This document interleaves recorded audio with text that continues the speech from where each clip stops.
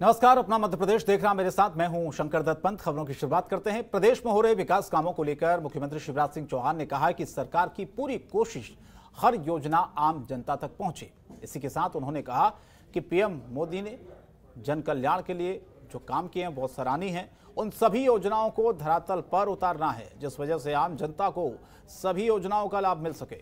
साथ ही उन्होंने कहा कि प्रदेश में पूरी कोशिश की जा रही है कि आत्मनिर्भर भारत की योजना के साथ सभी योजनाएं धरातल पर दिखाई दें।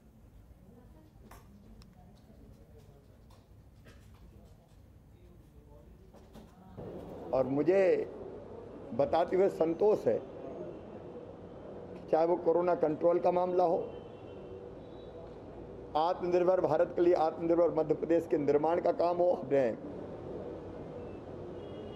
रोड मैप बना लिया और उसको क्रियान्वित करना शुरू कर दिया। गरीब कल्याण की योजनाएं हो, किसानों का कल्याण हो,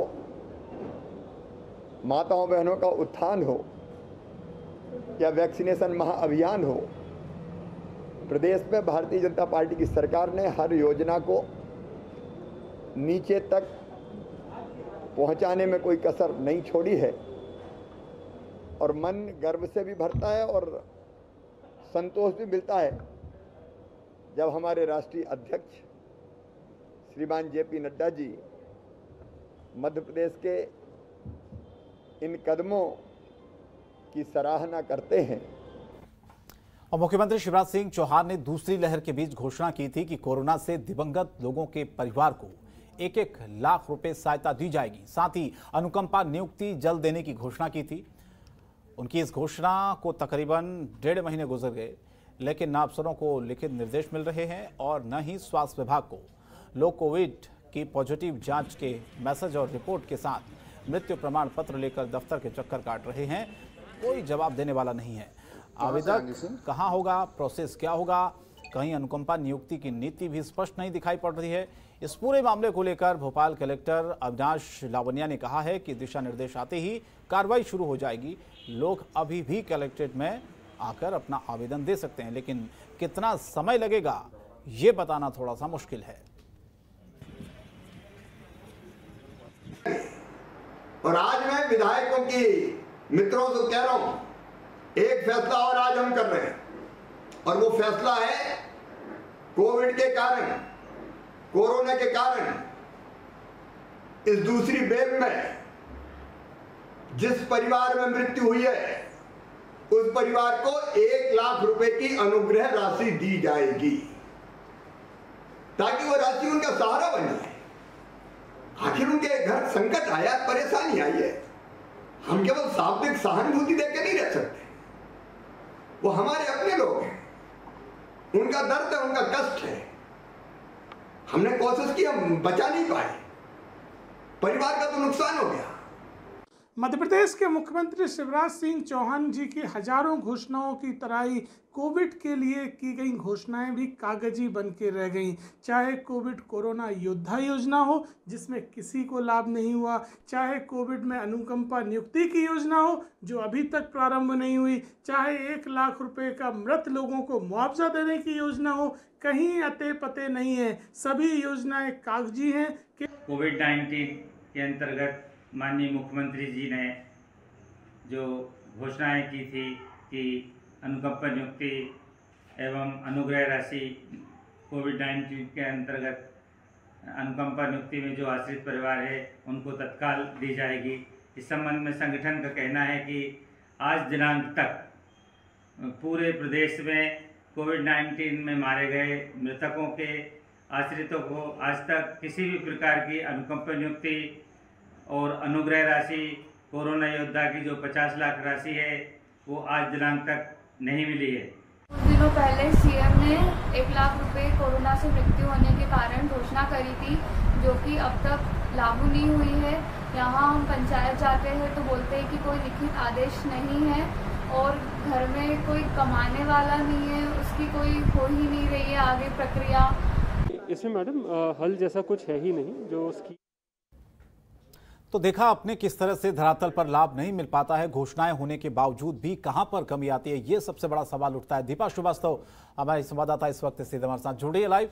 दीपा, मुख्यमंत्री ने घोषणा तो कर दी है कि जिस भी परिवार में कोविड से जिसकी की मौत हुई होगी उसको आर्थिक सहायता दी जाएगी 1 लाख रुपए की, लेकिन अब ये बताया जा रहा है कि जो प्रोसेस है वो आगे बढ़ ही नहीं पा रहा है। अब लोग इसकी शिकायतें कर रहे हैं, लोग इस बात को कह रहे हैं कि सिर्फ कह दिया जाता है, ऐलान कर दिए जाते हैं, लेकिन उन योजनाओं का लाभ नहीं मिल पा रहा है। कहां पर समस्या आ रही है, अधिकारी क्या कह रहे हैं इस पूरे मामले पर? जी, जिस तरह से शंकर हमने खुद ने भी सुना कि कलेक्टर जो भोपाल है उनका साफ तौर पर यही कहना है कि अभी भी कुछ समय लगेगा, कितना समय लगेगा ये बताना मुश्किल है, क्योंकि दिशा निर्देश जो होते हैं वो बनाना काफी ज्यादा जरूरी होता है। यदि कोई भी घोषणा की जाती है तो उसके बाद उसे अमली जामा पहनाना भी सरकार का कहीं ना कहीं कर्तव्य बनता है, क्योंकि हमने देखा है कि भले ही हम बात करें, कई ऐसे परिवार हैं या कहा जाए कई ऐसे बच्चे हैं जिन्होंने अपने माता पिता दोनों को ही खो दिया है। ऐसे बच्चों के जहाँ माता पिता नहीं होते हैं और ऐसे में घर में कोई बड़ा कमाने वाला ना होने के कारण कहीं ना कहीं आर्थिक संकट जो है वो मंडराता हुआ उनके ऊपर नजर आता है। कई बच्चे अनाथ हुए हैं, इस तरह की स्थितियां भी बनी है कि कई बच्चे कहा जाए नानी के घर, दादी के घर, अपने किसी रिलेटिव के घर रहने को मजबूर हैं, लेकिन कहीं ना कहीं उन्हें जो सरकार के द्वारा आर्थिक सहायता देने की बात कही गई थी शंकर, वो अभी तक नहीं मिल पाई है, जिसके कारण कहीं ना कहीं काफी ज्यादा दिक्कत जो है वो लोगों को होती हुई नजर आ रही है। बच्चों की बात तो हम कर ही रहे हैं, लेकिन इसके अलावा कुछ वयस्क भी जिनकी बात करें, जिन्होंने अपनों को खोया था, कहीं ना कहीं जब सीएम के द्वारा ये घोषणा की गई थी कि जो भी ऐसे लोग हैं जिन्होंने कहा जाए कि जिनकी मृत्यु हुई है इन 2 माह के अंदर, यानी कि अगर हम बात करें जून से लेकर जून माह की भी बात करें, अप्रैल की बात करें, इन 2 माह में जब भी किसी व्यक्ति की मौत हुई है उन सभी को राशि जो है वो प्रदान की जाएगी, यानी 1 लाख रुपए राशि देने की बात कही गई थी। लेकिन उससे कहीं ना कहीं जो मध्य प्रदेश की जनता थी उनके अंदर कहीं ना कहीं उत्साह बढ़ा था। उन्होंने सोचा था कि कहीं ना कहीं जो एक आर्थिक संकट का उन्हें सामना करना पड़ रहा है उससे अब नहीं जूझना पड़ेगा, लेकिन तकरीबन 1 माह के ऊपर का समय हो चुका है, लेकिन अभी तक उस योजना पे अमली जामा नहीं पहनाया जा पाया है। इसके कारण कहीं ना कहीं अब जो विपक्ष है वो भी इसे जुमला बताता हुआ नजर आ रहा है, यानी कि विपक्ष का भी लगातार यही कहना है कि सरकार सिर्फ घोषणा करने का काम करती है, उसमें जो अमली जामा पहनाना चाहिए, यानी कि जो हितग्राही हैं जिनको कहा जाए कि जो मुआवजे की राशि मिलनी चाहिए उन तक ये राशि नहीं पहुंच पा रही। जिस तरह से अभी हमने कर्मचारी नेता को भी सुना, उनका भी साफ तौर पर यही कहना है कि प्रदेश भर के जो भी कर्मचारी वर्ग यानी सरकारी कर्मचारी जिन्हें अनुकंपा नियुक्ति देने की बात कही गई थी उनके परिवार के सदस्यों को, इसके अलावा ये भी कहा गया था कि कोविड वॉरियर्स के श्रेणी में उन्हें रखा गया था, जिसके बाद उन्हें भी कुछ सम्मान भी मिलना था और किस तरह से राशि जो है उसका भी भुगतान किया जाता था, लेकिन इस तरह की किसी भी योजना का पर अमली जामा जो है अभी तक नहीं पहनाया जा चुका है पाया, जिसके कारण कहीं ना कहीं अब जो जनता है, काजा प्रदेशवासी हैं, उनमें कहीं ना कहीं जो डिमोटिवेशन है वो होता हुआ नजर आ रहा है। लोग लगातार यही सोच रहे हैं कि कहीं ना कहीं सरकार ने जो घोषणाएं की थी वो केवल और केवल कागजों तक ही सीमित रह जाएंगी। जी, लेकिन जो अभी समस्या यहाँ पर दीपा आ रही है कि जो रिपोर्ट है, मृत्यु प्रमाण पत्र है, उसे लेकर दफ्तर के चक्कर परिजन काट रहे हैं, कोई जवाब नहीं दे पा रहा है कि आवेदन कहाँ होगा, प्रोसेस क्या होगा, और अनुकंपा नियुक्ति की जो नीति है वो भी स्पष्ट यहाँ पर दिखाई नहीं पड़ रही है। जी, निश्चित तौर पर शंकर ये बात कही जा सकती है कि सरकार ने घोषणाएं तो कर दी, काफी आनन फानन में इन घोषणाओं को किया गया है, इसलिए कहीं ना कहीं इनके जो दिशा निर्देश तय करने हैं, यानी कि जो नियम बनाए जाएंगे या जो जिन चीजों के तहत इन सारी प्रोसेस को जो है फॉलो करके पैसे दिए जाएंगे या अनुकंपा नियुक्ति दी जाएगी, इन सारे विषयों को लेकर घोषणा तो कर दी गई, लेकिन कहीं ना कहीं जो अमली जामा पहनाया किस तरह से जाएगा इस विषय को लेकर अभी तक चर्चा नहीं हो पाई है। सरकार ने कहा जाए कि आनन फानन में घोषणाएं की है, इसी का कहीं ना कहीं आज खामियाजा जनता को उठाना पड़ रहा है कि कहीं ना कहीं हम देख पा रहे हैं कि जनता दर बदर भटकती भी नजर आ रही है। जिस तरह से एक और बड़ा मामला जो है शंकर इसके अंदर हमें देखने को मिलता है कि जो जिस तरह से कहा गया था कि आप यदि आपको अनुकंपा नियुक्ति चाहिए हो या इन जो 5 घोषणाएं की गई थी इनका किसी भी योजना का अगर आपको लाभ चाहिए तो इसके लिए सबसे पहले आपको आपका डेथ सर्टिफिकेट जो है, यानी कि परिजनों को डेथ सर्टिफिकेट जो है वो दिखाना होगा। लेकिन अब कहीं ना कहीं डेथ सर्टिफिकेट में जब कोरोना से मृत्यु तो हुई है लेकिन उसके बारे में लिखा ही नहीं गया है। कई जगहों पर प्राइवेट अस्पतालों की अगर मैं बात करूं तो इस तरह की घटनाएं सबसे ज्यादा देखने को मिली है, तो इस तरह की स्थितियां भी बनती हुई नजर आ रही हैं। तो इनसे भी कहीं ना कहीं जो कहा जाए कि जो ऐसे लोग हैं यानी जो जरूरतमंद है जिन्हें सच में इन योजनाओं का लाभ मिलना चाहिए वो कहीं ना कहीं इन योजनाओं से वंचित रह जाएंगे और भी इस तरह की कई कहा जाए कि दिक्कतें हैं उनका सामना करना पड़ रहा है। लेकिन इस पूरे मामले को लेकर शंकर प्रदेशवासी जो है वो सरकार से सिर्फ यही गुहार लगा रहे हैं कि जल्द से जल्द इन योजनाओं को लागू किया जाए, दिशा निर्देश जो है वो तय किए जाए ताकि जो भरण पोषण की जो दिक्कतें आ रही हैं लोगों को, यानी कि जिनके घर के जो आर्थिक तंगी से जूझना पड़ रहा है वो कहीं ना कहीं दूर हो सके। जी। एक आखिरी सवाल दीपा, अभी थोड़ी देर पहले हमने देखा कि मुख्यमंत्री भी खुद इस बात को ये कह रहे थे और ज्यादा जोर इस बात पर वो डाल रहे हैं कि जो योजनाएं वो धरातल पर उतरे, जो योजनाएं जनता के लिए बनी है, कम से कम उन लोगों को उनका लाभ मिले। ये खुद मुख्यमंत्री बार बार इस बात को कहते रहे हैं।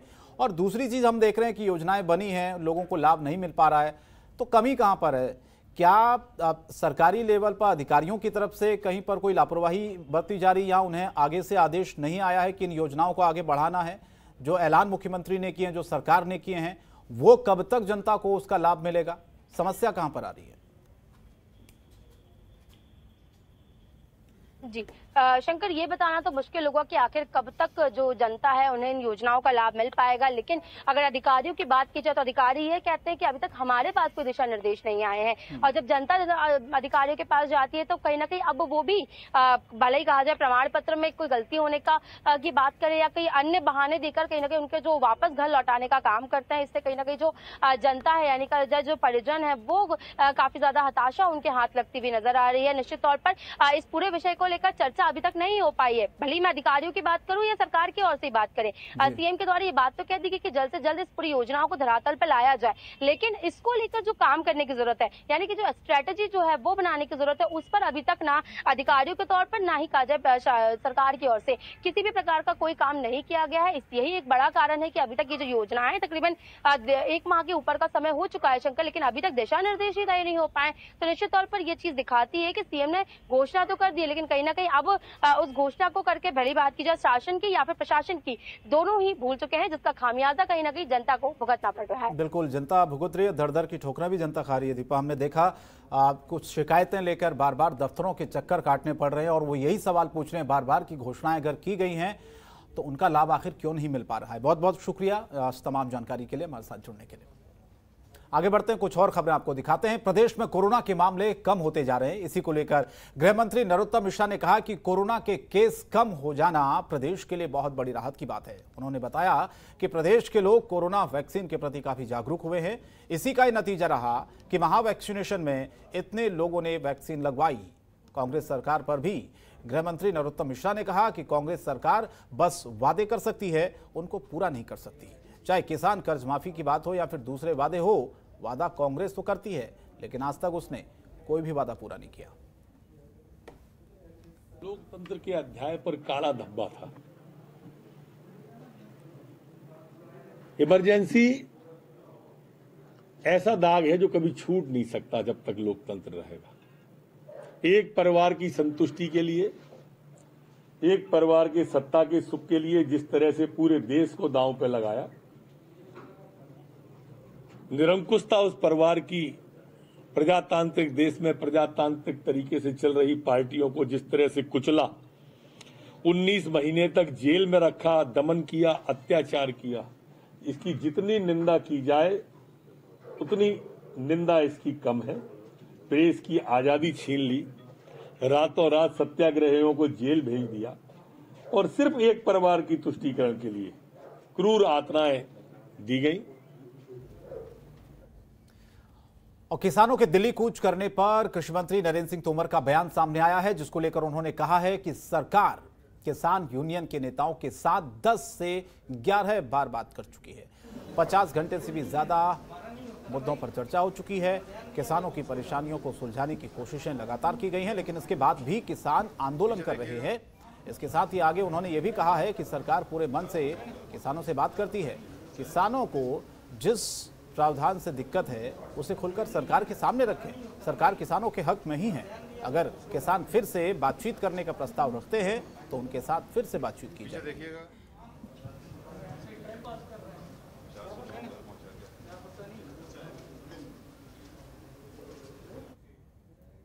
और दिल्ली में ऑक्सीजन रिपोर्ट को लेकर बीजेपी लगातार केजरीवाल सरकार पर हमलावर है। बीजेपी के राष्ट्रीय महासचिव कैलाश विजयवर्गीय ने दिल्ली के सीएम केजरीवाल पर हमला बोला। उन्होंने कहा कि शायद केजरीवाल ये चाहते थे कि देश में महामारी और ज्यादा बढ़े। उन्हें इस बात की चिंता नहीं थी कि देश में भी ऑक्सीजन की कमी है।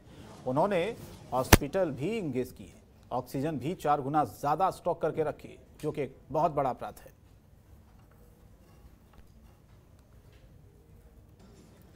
मुझे लगता है कि अरविंद केजरीवाल ने वो चाहते थे कि ये महामारी और ज़्यादा बढ़े। उन्हें इस बात की चिंता नहीं थी कि देश में भी ऑक्सीजन की कमी है। उन्होंने हॉस्पिटल भी एंगेज किए थे जो कि जिसमें कि बेड खाली थे और बता दिया गया है कि बेड भरे हुए हैं, और ऑक्सीजन भी जितनी आवश्यकता थी उससे 4 गुना स्टोर करके रखी। मैं समझता हूँ एक तरीके से बहुत बड़ा अपराध है ये कि देश की जनता को जहाँ पर की शॉर्टेज थी ऑक्सीजन की, उनकी चिंता नहीं करते हुए अपने पास ज़्यादा ऑक्सीजन रखी। खबरों के निष्पक्ष विश्लेषण के लिए सब्सक्राइब करें Jantantra TV and press the bell icon. Never miss any update.